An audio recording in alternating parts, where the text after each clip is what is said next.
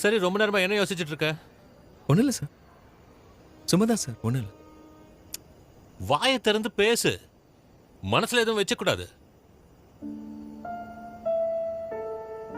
Sir நான் என்ன செஞ்சிட்டு இருக்கேன்னு யோசிச்சுட்டு இருக்கேன். நான் ஒரு கிரிக்கெட்டர், ஆனால் இங்கே கரக்பூர் ரயில்வே ஸ்டேஷனில் டிசியை ஒர்க் பண்ணிட்டு இருக்கேன். சார் நான் அந்த வேலையை குறை சொல்கிறேன், நீங்கள் தப்பாக நினைக்க வேண்டாம். ஆனால் இங்கேருந்து நான் எப்படி முன்னேறி போகிறதுன்னு தான் எனக்கு தெரியல சார். தினமும் என் லைஃப்பில் என்ன நடக்குதுன்னு எனக்கு மட்டும்தான் தெரியும். என்னோட கேமும் இம்ப்ரூவ் ஆகலை சார். என்னை ப்ரூவ் பண்ணுறதுக்கு நல்ல வாய்ப்பும் கிடைக்கல. வாழ்க்கை இப்படியே போயிடுமா சார்? அப்பப்போ எல்லாத்தையும் விட்டுட்டு திரும்ப போயிடலாமான்னு கூட யோசிக்க தோணுது. ஆனால் அப்பாவோட முகம் என் கண்ணு முன்னாடி வருது.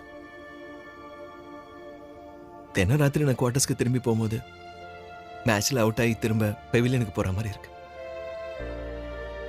நான் விளையாடாமலே தோற்று போயிட்டுருக்கேன் சார். வாய்ப்புக்காக காத்திருக்கிற கொடுமை என்ன மாதிரி ஆளுக்கு தான் தெரியும் சார்.